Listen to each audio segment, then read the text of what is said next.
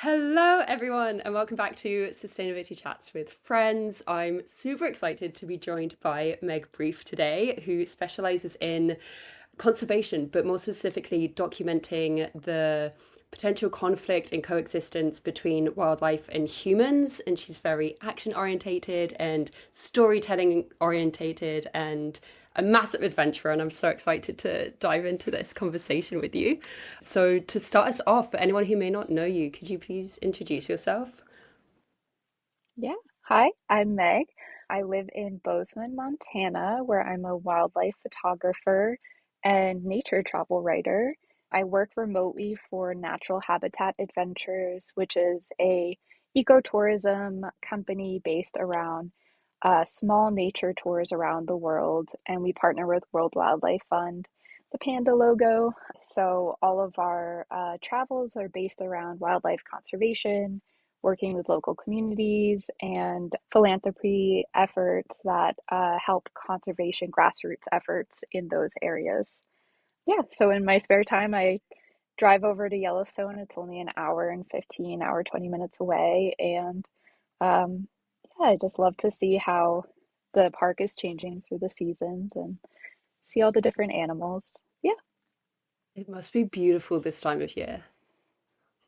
I'm really excited because it's in April, it's the baby season. Way. So Okay. yeah, and especially now because we've kind of had a warm winter, all of the baby bison are being born, and they're nicknamed red dogs because they just look like fluffy red dogs. So it's the red dog season this month. So I have to make it out there at some point. I haven't gone yet, but I'm excited. Yeah, I'm excited to see your photos. I don't think I've ever seen a baby bison now Yeah. that you say it. I feel like I've seen young Yeah. ones, but definitely not one that looks like a red dog. Yeah.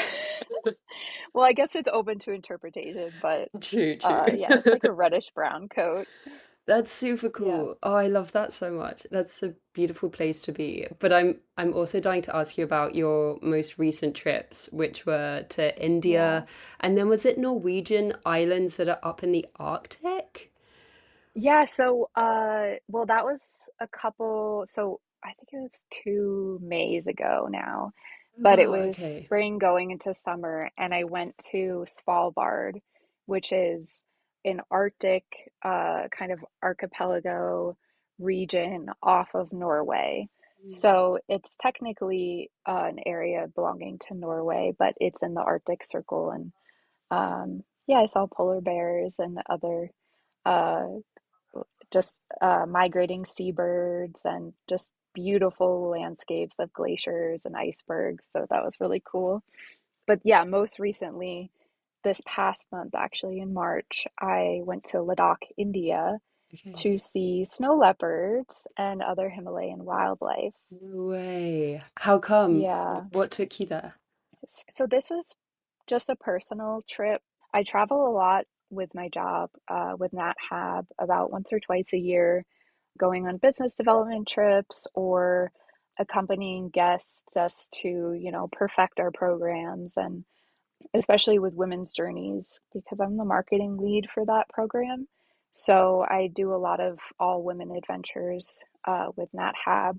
But this was just a personal trip, and I connected with a local guide in that region, and I set up a private tour. And my partner and a couple of friends of ours, we all went together and we stayed in Mangyu Valley, which is an area in Ladakh. And we stayed with a a family lodge called Mangyu Lodge. And it's run by brothers, and their parents live next door, and it's just been in their life for generations. They've always lived in Mangyu Village. And every day we would go out and we'd go spotting for snow leopards or ibex or blue sheep and other animals we could find. But the snow leopard was the most elusive and, the most coveted to see. But of course, everything about that trip was just incredible. So even if we didn't see the snow leopard, but we did, we You did. did. That's gonna be my Yeah, next question. Yeah, but even if we hadn't, I still would have been extremely grateful just because just seeing how much the Mingyu village people love and revere nature there and all of the wildlife, not just the snow leopard, is really special. In what ways do they show it, and what's the ecosystem like as well over there? Yeah. Yeah, so it's high altitude terrain. Okay. So it's a dry climate. It's very rocky, a lot of like sheer mountain faces. We got some snow, which was really nice because they say the snow actually helps with tracking snow leopards and wolves because you can see their prints better. So snow leopards especially, they camouflage so well with the rocks and the terrain that you it's almost impossible to see them unless you have experts looking at all time. But I would say just the culture surrounding nature there is really unique because a majority of the people there are Buddhist. So they have Buddhism values, which mainly focus around respect and empathy for all living beings.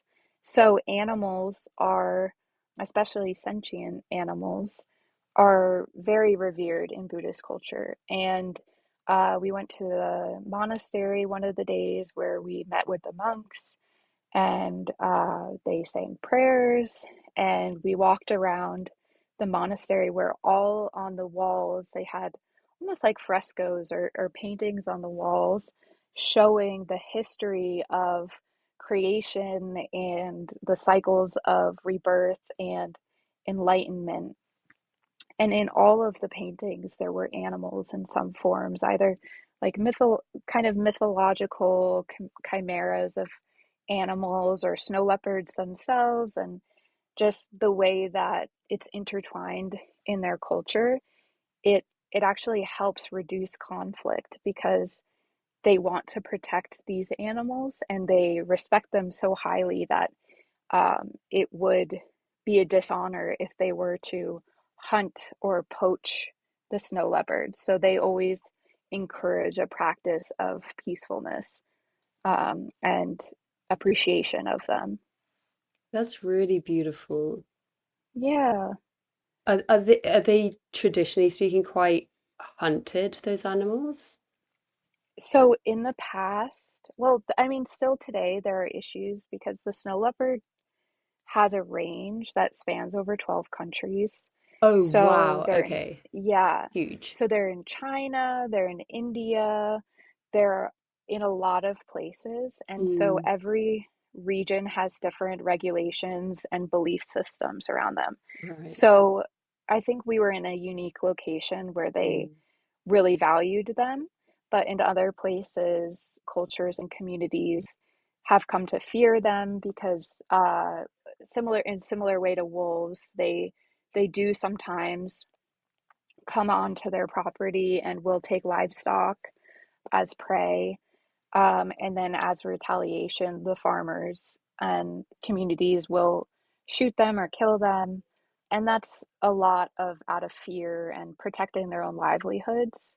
And then there are some cultures who trade the snow leopard parts and fur illegally in the black market for all sorts of purposes, like traditional medicine or kind of trophy hunting too. And yeah, so it's still they're a threatened species, so it's still always going to be, I think, a conservation fight to keep them protected.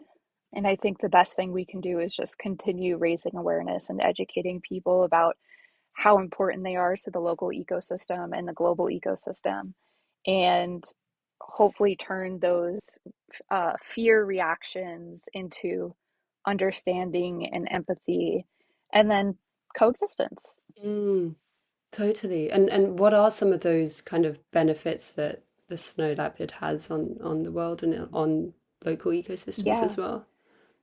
So in just like with wolves, they help keep certain populations of animals in check so they don't overtake the area, they don't overgraze, So wolves keep elk in check in Yellowstone, for example, and snow leopards keep populations of sheep, wild sheep, and mountain goats, ibex in check. So they're not overgrazing. Um, but they're an apex predator. So they have everything they do in the environment has a ripple effect on the species below it. So if you take the snow leopard out, then everything becomes unbalanced. And the other benefit of having snow leopards is for tourism purposes, especially ecotourism. They're, such a it's one of they're one of the most amazing big cat species, and a lot of people want to see them, myself included.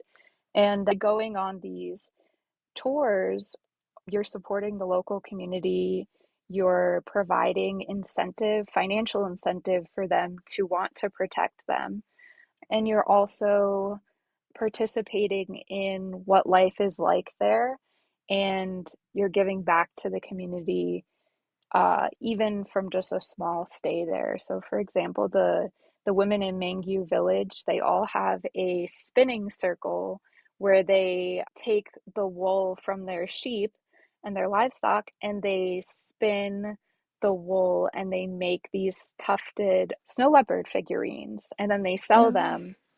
Yeah, and it's so beautiful. I should have brought up, I have an ibex and a snow leopard one that I got from there.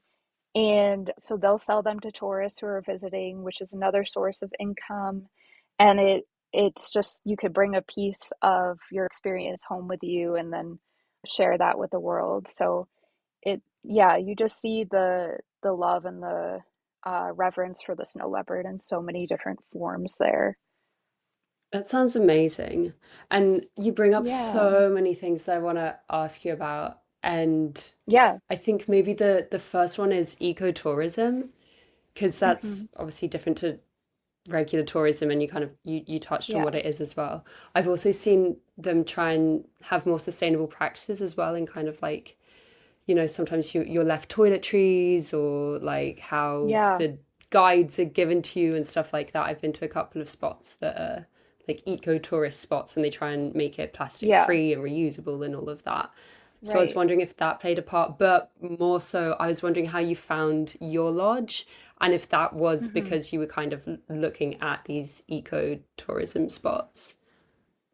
Yeah. So there aren't too many lodges in the area just because it's so remote. Okay. But the lodge that I stayed in was actually an accommodation that Nat Hab used to use for their No guests. way. Okay, cool. Um, yeah, yeah, but at the time it was a little rugged, and because the clientele of Nat Hab is generally older, I think it was uncomfortable in some bathroom situations with the showers and everything. But that's kind of the reality of going out to these places, is that your sense of luxury has to change. What you're comfortable with has to be flexible because you're adapting to other people's way of life. And yeah, so I think it just kind of teaches you to live a slower and more conscious life because you don't have the same type of access you would here or where you are, where you can just, take as long of a shower as you want with heat, with the hot water and everything. But there, it's about conserving water and trying to live with less, I guess, something they would say is like living through life is like a burden where you're burdened with all of these material desires and needs. And the culture there, the Buddhist culture there, they're saying that, life is suffering until you reach enlightenment. We don't need to take that so literally, but it does teach a nice lesson where you can be happy living with less and you can be happy approaching, like, I mean, this all goes to sustainability. How can you, how do you move through the world? What kind of impact or footprint are you leaving? And how can you lessen that impact on the world? Totally, totally. And I think Yeah. also what I adding to that is like the handprint you can have as well, like the opposite of a footprint. Like, what are the positive things that you can do? And as you Ooh, were I like talking, that. I feel like I was hearing that a lot from kind of the Buddhist philosophy that you were speaking about as well. Yeah. But yeah, I always No, like to try I and love bring that that up. idea of the handprint. Yeah, it's a gorgeous concept. I really love it because it's Can you explain more? yeah, for sure. So it was coined by my life cycle assessment professor. And so he basically taught us life cycle assessment, which was very much like you have your footprint and you use, and it's very negative, right? And he was basically saying that Hmm. how over the years his students would come to him and say, hey, like we're doing all this analysis, and basically it would be better if we weren't here. It would be better if we didn't have kids. It would be better if the population was smaller. And he was like, no, Yeah. because there's so much more that you can bring. Like it's not, your whole life isn't just a Yeah. footprint, right? Like you can have positive effects. And so he was like, it really kind of struck him that students were coming to this conclusion. And there wasn't really any data to back up his point of, well, no, you're wonderful and you're amazing and you should be here and you should definitely have Yeah. children if that's what you want. And so he came up, I'm sure, in partnership with other people as well, but basically the concept of a handprint, which is measured in footprint metrics, but it's basically the Hmm. positive effect you can have. So as an example, the one of the Hmm. my kind of response to the assignment was, at the time I was still making clothes, and so I was like, what's the difference between me producing a naturally dyed, organically grown merino wool sweater versus a conventional one, which is often a blend of acrylic, it can be elastane, it can be some wool in there. It's usually a mix of synthetic and natural, or even some semi-synthetics like viscose. So I was like, what's the difference between that and my version? And I calculated it, and it was whatever it was, X amount. And so then I went on further to calculate, okay, what's my footprint in my house? Like you can calculate the footprint for your lifestyle. I think WWF actually has a kind of A lifestyle calculator. calculator. Yeah. So you can Yeah. use that kind of to get your baseline. And then I then calculated, okay, how many sweaters of my sweater would I have to sell to people to, and assuming that it would be displacing this Okay, conventional yeah. alternative, how many would I have to sell to then have a positive impact and also to kind of make up for my footprint kind of thing, to offset it, I guess, sort of Okay, yeah. to make sure that it's the same kind of thing. And I calculated, I think it was only something like 8 people or something like that. It might have been more, but I'm 8 is coming to my mind at the moment. But it was a really interesting experiment because then it also, you can then extrapolate it, and so there's then the theory of the ripple effect, and so if I tell you this, you'll tell someone else, and the average is that 7 people end up knowing. So usually by your one action it actually Okay. has an amplified effect of 7 on average, Yeah. which I think is really lovely. And so yeah, that's kind of what it is, but it's nice knowing that I really believe in the power of individuals because of that. Yes. Yes. No, that, yeah, I love that sentiment. It's beautiful. And I think that's so true. It's like, it's kind of like the opposite of saying, well, I don't need to vote because everyone else is voting. Right. But you do need to vote because if everyone thought that way, then all these people wouldn't be voting because they're putting the responsibility on others. Totally. So, like you said with the sweater, if even 7 people appreciate what you're saying and instead of supporting fast fashion, they knit their own sweater or they buy from local fabrics or threads, and that's changing their life and it's just going to continue on. Mm. Yeah, so you're a trendsetter. I mean, you are too. You are too. And I think I'd love to, my mind's going so many different places. One of them is I heard that Yeah. We Are Cal is also in that part of India, and they're like a natural dye, natural fiber maker, which seems really amazing. And Okay. I had a friend who went there, and she was basically just saying how she went there to learn about the local fibers and the local textiles. So Yeah. that was coming to mind, but I'm sure it's a big region, so it probably wasn't close to where you are. Well, But I actually yeah, I haven't heard of that area, but definitely like I'll look it up after. That sounds really interesting. yeah, I'll send you the link. It's a women. I'm pretty sure Okay. it's a women's cooperative as well, which is like gorgeous as well to hear Even about. better. Yeah. Yeah, I should send photos of I don't know if I can do it on here, but maybe we can include it in the posts later of the because Yes, I would love to I see think that that. would align, I think it would align so perfectly with your mission and everything you talk about. And it's such a beautiful way to see the connection, how everything is connected Mm. where they live between the land and the animals there. And then it's just like a whole circle. It's really nice. It sounds wonderful. I would really like to hear that. And Yeah. and I think it also links to how you're using storytelling to help boost conservation. And I know that that's something, and not just conservation, there are other things as well. I feel like there's also just like general respect for animals and like reverence for Yeah. nature and all of that. But I know that this is something that you spent a lot of time researching and writing about as well as actually actioning. And so, one of the things that you said earlier that I wanted to ask you about was that illegal trafficking, because I think that's what you did your Hmm. thesis on, right? And then it was Yes. how do you kind of communicate this to the American audiences who you were focusing on, but I think it could be people at large as Yeah. well. So, I'd Yeah. love to hear more about that. Okay.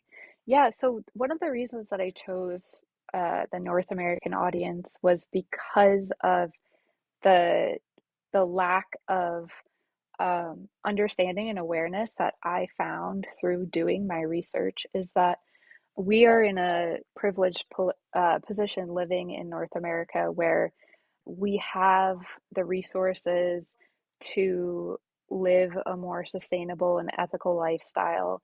But at the same time, the United States is one of the greatest contributors to the illegal wildlife trade because we are with the economy purchasing these products from overseas and selling them throughout the states. And that's also the same case for the exotic pet trade, the illegal wildlife trade. There are a lot of roadside zoos in Texas and some southern states where it is technically legal to have lions and tigers and zebras on your property, and they're breeding them and selling tickets to people to see them, and it's just encouraging a really dangerous dynamic where people think that these are normal ways to get closer to nature, and really it's harming it because there are actually more tigers in captivity than there are in the wild.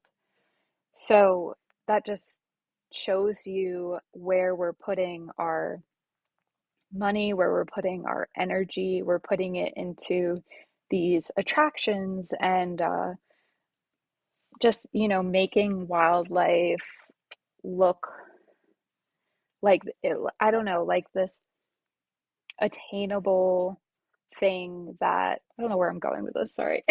No, no, it's so But good. anyway, back to the illegal wildlife trade. So anyway, I started discovering all these things about how the United States is contributing to the legal wildlife trade, and it made me upset and realize that there is a way that we can educate people and teach people about the value of a living animal versus a dead animal. And this all started when I was in South Africa. I did a summer course with Rissy and Brown, and the professor, Dr. Lucy Spellman, she led the course, and it was called The Art and Science of Conservation. And so we were staying in the Limpopo province in South Africa. And during those 3 weeks, we had wildlife experts come in, rangers come in, and give presentations about uh, some of the more endangered species out there and why they were threatened. And the goal of the course was to innovate ways through art that we could communicate this science. And I really loved that idea because not everyone is literate in science, traditional science topics. And we've seen, of course, more in recent years too, how valuable Indigenous knowledge practices and Indigenous knowledges have become in understanding and interpreting conservation. Not only that, but the arts and writing, and there's so many ways to communicate a conservation issue. And it's my belief that through the arts, we can um, not replace traditional science or replace those methods of learning, but use the arts to enhance and enrich it, just with Indigenous knowledges as well. And I think that prompted me to dedicate my graduate research to the illegal wildlife trade. And I used the pangolin, which is the most trafficked mammal in the world. The pangolin, for those of you guys who don't know, it's the world's only mammal with scales. And there are four species in Africa, four in Asia. They eat ants and termites and other bugs, and they're a very elusive, shy creature, but they're heavily trafficked for the bushmeat trade, the illegal wildlife trade, and use in traditional medicine practices.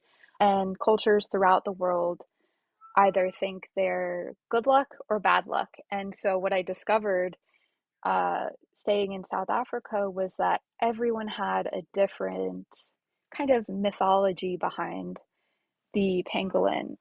And that's what really intrigued me for this idea of storytelling and how we can use storytelling to convey the importance of conservation and to inspire people to fall in love with these animals by using their history and local and indigenous myths as the guiding practice.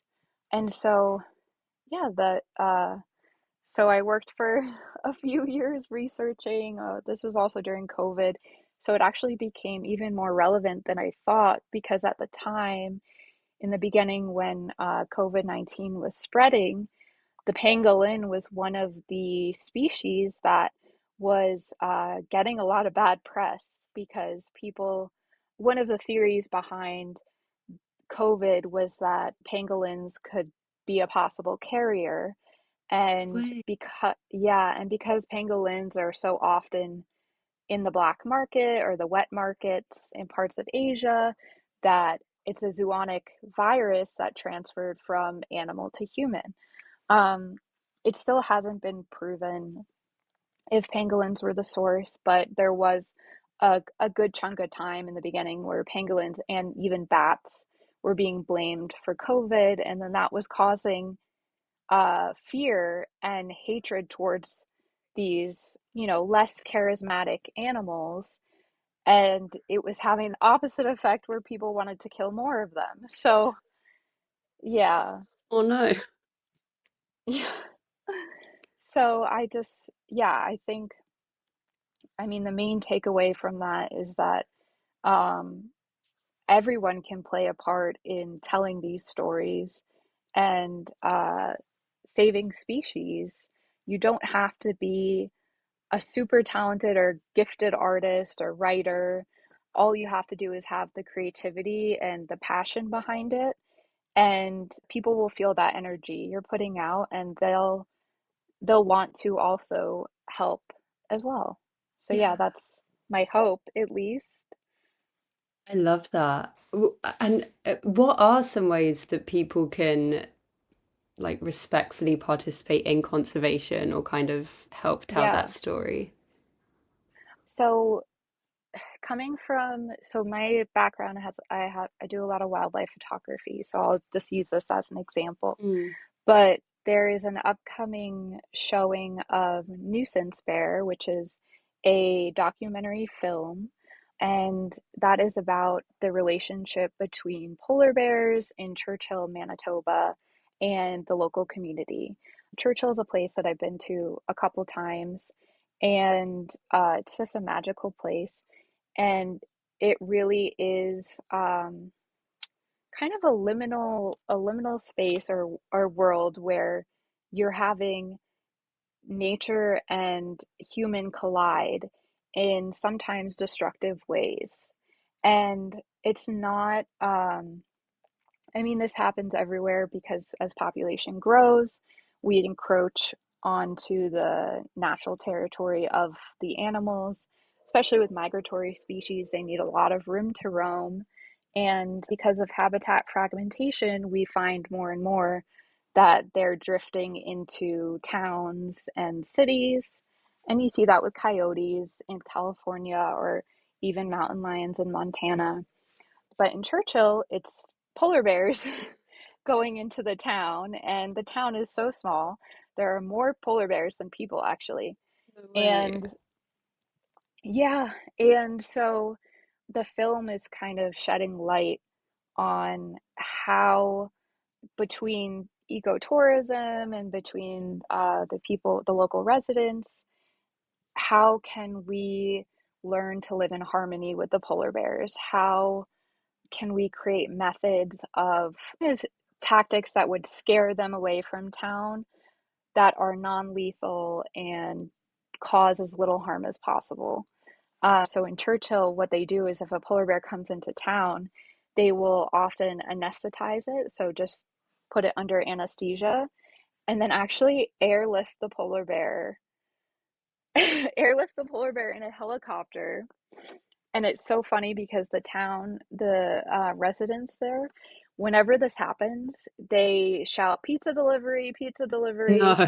And that's like, yeah, and that's like the code name for, okay, there's going to be a polar bear, Like yeah, moving service. That's insane. That sounds yeah, really extreme.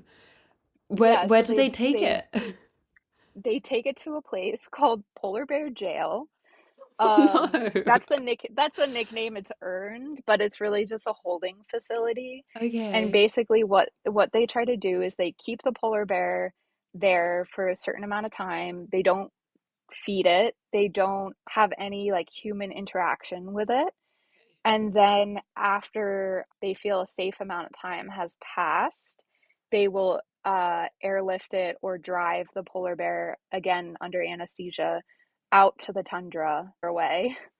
Yeah, and the reason they don't feed the polar bear or bring themselves into the facility is because they're trying to limit human wildlife interaction and handling as much as possible because they don't want the polar bears to be accustomed to people. But this is a long-winded way of just saying how one thing you can do as an artist or photographer is donate your photographs, donate your artwork to causes that support conservation. So, for example, on Earth Day, there's a special event in Bozeman as part of the Bozeman documentary series, and they're showing this movie, Nuisance Bear, and they're having a silent auction before the premiere. And so I donated a photo of a polar bear I took in Churchill, and Beautiful. yeah, it's just a small something small you can do to help, spread appreciation for these threatened species. And I think through art uh, and storytelling, and then hopefully in tandem with the film, people will have more respect and appreciation for wildlife and how they can live in harmony with them. Yeah, I feel like I have so many questions about the polar bears just getting picked up and Yeah, carried out. it's cr Why do they have to put them oh in a holding pen? Why can't they just airlift them to another part of the tundra?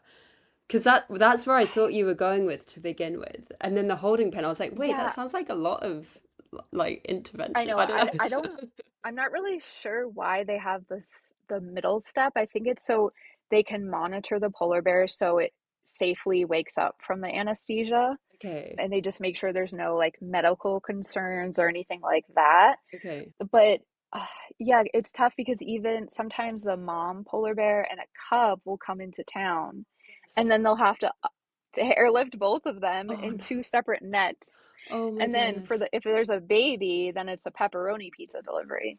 That's cute. That is cute. But are they coming to town for food, I'm guessing? Is that it? Or are they just Yeah, like, yeah. yeah, okay, yeah.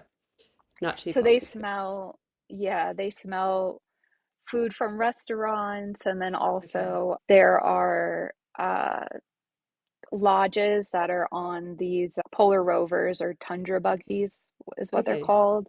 And so the kitchens there will also attract the polar bears, so they'll come out probably closer to people than they normally would.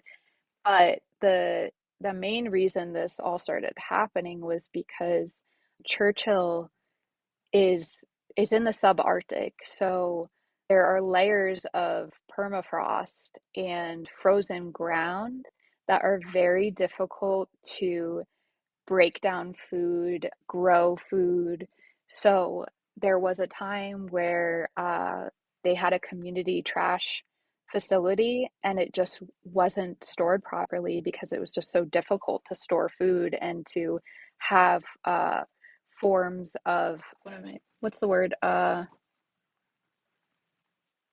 What's the Like fridges? compost? Oh, compost, sorry. Compost. Yeah, Yeah. well, yeah, that too. But it was so difficult to create compost because of all um, the crazy weather and the permafrost and everything. And so years and years ago, the polar bears would just raid the one trash facility in town, and I think it just kind of taught them over time that that's where they could go for food and scraps. Yeah, so there's a whole organization in Churchill that tries to deter polar bears from entering the town. And what they do is they'll shoot off these kind of like crackle guns. So Okay. it just makes really loud sounds, and they drive around and they'll make the loud sound to kind of maneuver the polar bear to walk in a different direction. So the whole town really comes together, try to live in a more peaceful way with the polar bears. Yeah, it's really fascinating. It sounds it. I really want to watch that Hmm. movie. I'll add it to the, if anyone's listening as well, I'll add Yeah, it to the resources page so that people can watch it as well. totally. Yeah, That does called sound really cool. Nuisance Bear. And the title, I'm not crazy about the title because it makes it sound like, oh, it's just an annoying polar bear. We don't, it's kind of a negative title, but the story behind it is positive. So yeah. Okay, that's good to know. That is good to know. I'm Yeah. wondering also because you've seen so many species that I know I haven't seen in my lifetime, and I'm imagining, or in my lifetime to date, I should say, and I'm imagining a lot of other people haven't either. Have you seen like other ways in which wildlife has adapted to climate change? Mm. This also applies to Churchill, Yeah. but there's this really just heart-stopping photograph that I just found so much inspiration in, and it's heart-wrenching and depressing, but at the same time it's so powerful. And the photograph was taken in Churchill. It's of a red fox holding a dead Arctic fox in its mouth. And it's like so red foxes are larger than Arctic foxes. So it's like the red fox is behind holding the Arctic fox in the mouth. And it won an international award for the theme of climate change because it's showing a dynamic that didn't used to exist or didn't used to so commonly exist. And that's that with the warming planet and climate change, the territory of the red fox is expanding and they're moving farther north to areas where they normally wouldn't need to be or to go. And so they are coming into the territory of Arctic foxes, which are much smaller. They're not as strong. They don't have as many defenses as the red fox. And the red fox is actually starting to prey on the Arctic foxes. Yeah, and that's the case too with they're eating bird eggs and other species that are vulnerable, can't defend themselves. So I would say there are a lot of instances where and when I was in Churchill myself, I saw a red fox drinking water from a puddle. And then as soon as the red fox left, an Arctic fox came after after making sure it was safe. No way. Um, Wow. yes. So just learning about that dynamic is really wild, and then seeing it too. I'm trying to think of another instance. I would say, and so in September, I was in the Pantanal where I saw jaguars, That's in Brazil, and right? Yes, Okay. yes. It's the largest wetland area and ecosystem, and they're spread all over there. But because of human encroachment and private landowners who have ranches, the territory has been confined to smaller and smaller chunks of land. And the national park area out there is is a great start, but it's still too small because they have larger territories where they don't want to run into each other. Otherwise, they will eat the cubs or fight or things like that. Mm. And so when I was there, I witnessed just the dichotomy between tourism and hearing about the laws of the local government and how ranchers are, you know, killing the jaguars who come onto their land to eat the livestock. But then there's also the possibility of the financial incentive if you become a protector of jaguars. If you become a tour guide, then and you were once a hunter of them, then that's changing the course of their future for the good. So there are a lot of ways people and animals are adapting to our changing world and growing populations. And it's in ways that you might not always expect. It's kind of like uh yeah, just changing the narrative because you're being forced to live among animals that you might have never seen before or not seen as often. Yeah. That is So really fascinating to think about. yeah. It's making me think also at the beginning you mentioned that you worked, and I'm sorry I'm forgetting the name, but basically Nat Hab has a women's only Hmm. expedition Yeah. So gathering thing. But for technical term there. But what I'm thinking is kind of because Nat Hab specializes in going to these kind of off the beaten track places, right, that have these hmm more unusual ecosystems and species and stuff. yeah. And so I'm wondering, like, why did the women only groups come? Like, why is it important for them to kind of witness this? But also, how do you feel? Because you get to do it relatively regularly, I'll say, like experience these more unusual ecosystems. But I'm guessing the people who do these expeditions maybe don't. And so, how is it almost like hmm witnessing people experience this for the first time? Oh my gosh. Yeah. Oh, I think that's the best part is that so I've done a women's trip with Nat Hab to Alaska, Churchill, and Yellowstone. And Alaska, it was to see the coastal brown bears, and I actually brought my mom on that trip. No way. And Oh, that's so yeah, magical.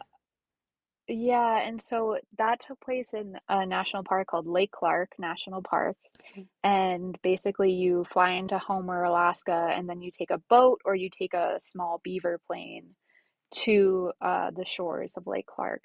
And out there, we have a homestead. There's a homesteading property that Nat Hab acquired from a family who had passed it over to them. And so the brown bears are just everywhere, and they go out into the mud flats and they dig for clams. And the moms and the cubs will come up like feet, just a couple feet away from you, but because they have the space to roam and because they have plenty of food supply, they don't bother you and you can just kind of peacefully observe them in their regular behavior. They're not changing their behavior at all because we're there. If anything, they've just become so accustomed to people checking them out every once in a while that they just go about their day like we're not even there. So that was really neat to see the dynamic. And I think it's especially important as a women's trip because you're learning about the sow, the female bear, and the role she plays in bear dynamics and communities. And she really is like a matriarch of the bear world. She's the protector. She's living with her cubs for 1 to 2 years and every day defending them from male bears or other dangers, and she's teaching them how to fish, how to clam, how to protect themselves. And so just witnessing that behavior with a group of women was really special. And then the same thing in Churchill, I went for a Northern Lights experience, all women's group. And one of the things we try to do with the Nat Hab women's trips is meet with local women from those destinations. So in the community, we try to hire women drivers, women guides, local guides, in addition to our female expedition leaders. And so in Churchill is a really neat spot to go for that because the scientists out there, the Arctic scientists who are doing research, a majority of them are women. Churchill's history is full of women leading the way for space research, even back in the, I think it was like 40s or 50s, 60s. They had a rocket research facility, and women were the code breakers. That's very cool. Yeah, yeah, because they were trying to invest. So crazy, another crazy story, but basically a bunch of different governments, once they started discovering the northern lights, they thought they could harness the energy of the northern lights to create bioweapons. And It's yeah, like, okay, cool to so begin with, and then, oh, classic. exactly. So anyway, they realized, okay, we can't actually do that because it's just light. It's like not the type of energy you can use for that. Hmm. Um, but it's cool knowing that the code breakers at these research facilities were all women. And Yes. yeah, and so the indigenous population there is huge. So a lot of them are Métis, which is kind of a combination of uh, indigenous Canadian and then the French fur traders when they came over, they mixed with the population, and so some of it's like French indigenous. And so we meet with women who are working with dogs for dog sledding, and local artists who are women who paint the wildlife there and the scenery and tell stories about how they grew up and the history of their culture being erased and their language being erased. And they talk about the boarding schools that a lot of Indigenous children were forced to attend growing up, and how that's impacted the way they view the world and how they connect with other people of their community. So that's always, especially as women, to hear, stories of abuse and assault that they experienced.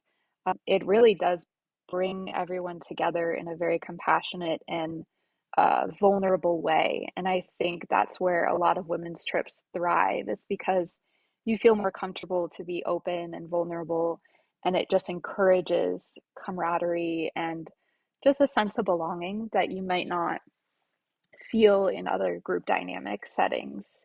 So, yeah, I'm a huge proponent of women's trips. I think it's so important to learn from elder members of the community, matriarchs, and then pass down all that knowledge, just like animal species do, just like wolves do with their matriarchal society. They pass their teachings down to the younger generations. I didn't know that about wolves.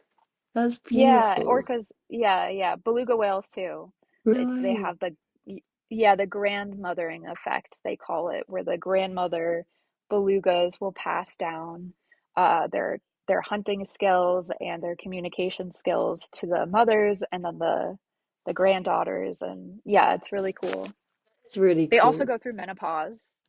I think I heard that recently, actually. That Yeah, yeah, it's wild. that is wild. That is very, very cool. Yeah, I forwarded that Yeah, on to so my mum because she's yeah, always talking about menopause and perimenopause. of She's course. like, they didn't teach us this in Um, school. I know, but it's so cool. It's so cool to discover these connections that we have with the animal world. And Totally. I think knowing that we're more similar to them encourages you to realize that we're not separate from nature. We're a part of nature. And by helping the animals and by helping nature, we're actually helping ourselves. So yeah, it all comes back to that resource sharing and protecting the land that we all share. Totally. Yeah, we are nature. We're not, we'd like to think we're separate Yeah, from it, but we're not. But yeah, I love how you share all of this on your Instagram as well and on social platforms.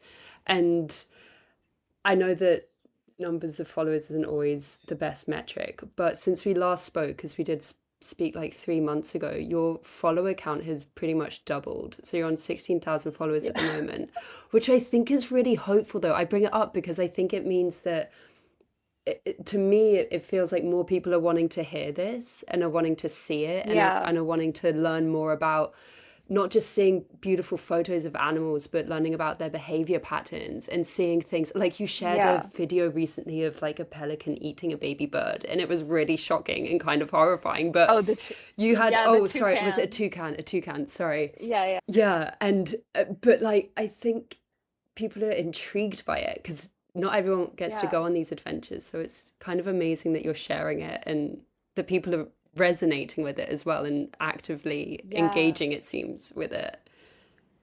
No, it's like you said, it's a very hopeful, encouraging feeling because I don't know, I had been posting on Instagram for probably since high school, and I would always do some kind of like nerdy fact about the wildlife or the landscape, and no one cared. But it took years and years and years, and finally I noticed people started caring more. And I think a lot of it had to do with COVID because a lot of time was spent uh, kind of being introspective and seeing the world in a different way. We were seeing that because people were going out less and cars were driving a lot less, that the animals were kind of coming out of hiding and entering into our spaces more. And I think people were observing that. And especially just like being in your own backyard and seeing the bird life and seeing a bunny rabbit or all sorts of like just urban wildlife or local wildlife, and starting to appreciate that more because what else, you're spending less time, going out, or maybe spending less time on the computer watching movies and just kind of exploring more. And then also I think AI has actually played a big part in how wildlife content is consumed Oh, because really? yeah, I think because people are, I mean, AI can be helpful in so many ways, but at the same time, there has been a lot of AI generated wildlife footage created. Like, yeah, people will fake like backyard videos of like a leopard jumping into their backyard and eating a baby, or like Oh, kidnapping their no, that's dog. awful. Just yeah, just outrageous stuff. And it's spurring a lot of confusion and fear about, oh my God, is this a real, could this actually happen? And then it causes people to distance themselves from wildlife because they think that they're more dangerous than they are, or they're just seeing animals behave in ways that they normally wouldn't. And it's sending the wrong message. But I think there's the other side of the spectrum of that, where because there's so much AI content out there, that people are really hungry for authentic, raw Really. encounters.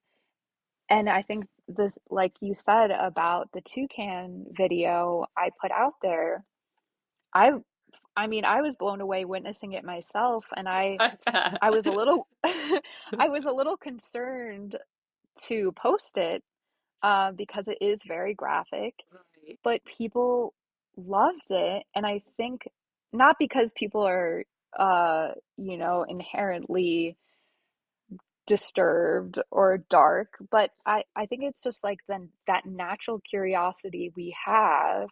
There's also a bit of adrenaline rush in it. Like you're seeing something that you never thought happens. Like you're seeing a toucan, which the perception is that they're fruit eaters and they're peaceful and they, Totally. you just see them eating mangoes and stuff, but Yeah. no, they're also meat eaters. They're hunters.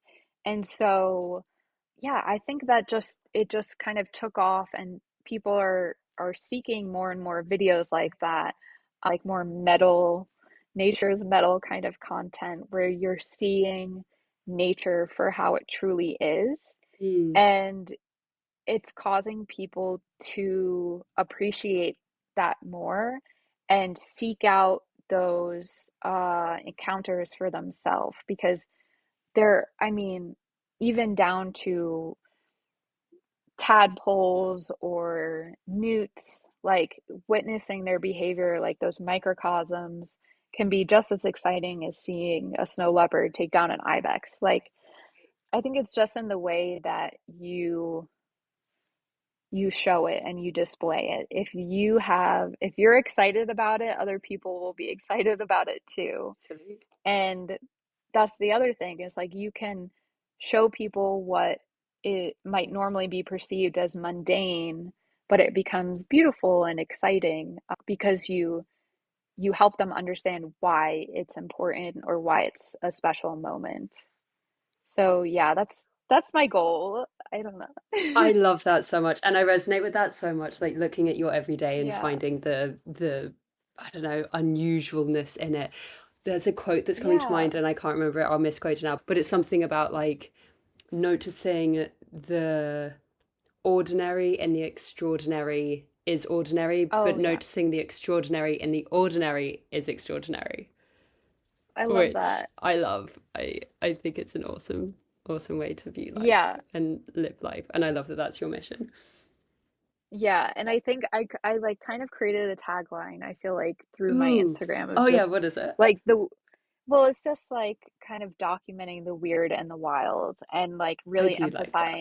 emphasizing the weird, because Mm, I think that really resonates with people. Like when they come to my page or they look at my content, I want them to feel welcome. I want them to feel like it's a space that they belong in, they can learn from without judgment, and they can be themselves. Because nature doesn't hide, nature doesn't mask, nature is pure and just raw. And if you can accept nature for how it is, then you can accept other people for how they are. So I'm just trying to encourage that compassion and inspire empathy for other people and all living beings. So yeah, just be weird and wild. I love that. I think that is awesome. That is very Yeah. awesome. And such a good note to end on as well. So I kind of wanted to end on this quote that uh Is this your one yeah, curiosity?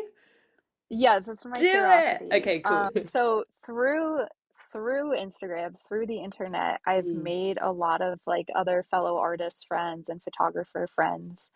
And though our relationship is mainly online, I feel like it's really just uh, kind of just seeped into my everyday life, the way I view things. And there's this one artist in particular who I've really come to admire. His name is John Potter, and he's an Indigenous man who lives in Red Lodge, Montana.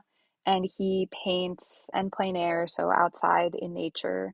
And he is all about capturing the soul of the animal he's painting, and he really treats it as like it's his gift from the creator, what he's making, and it's sacred. And so he shared this, it was just a DM, but it was really profound, and it really does kind of describe his mission in what he does. But anyway, he messaged me and he said, I believe the natural world is reaching out to us every day, seeking reconnection with us. We've just forgotten how to listen. I truly believe that the work you're doing, the work we're doing, will help people open up the ears of their hearts and listen again. That is so Yeah. beautiful and profound. Yeah. Um, yeah. So I thought that was really special, because in a lot of the art world, we think that connection is through purely visuals, but he reminds us that it's auditory too, it's emotional, it's not just about what you see, but it's about what you feel, what you hear. Um, and those are ways you can deepen your connection with nature. 100%. Totally. I Yeah. love that. That is such a beautiful note to end on. Thank you so much for coming on Yeah, and good. talking about all of this. I so enjoyed it. I Of could talk to course. you for another hour easily. Next time, we'll save it for the next time. We will. We'll have to do another one Yeah. for sure. Thank you so much. Of course. Thank you. Speak soon.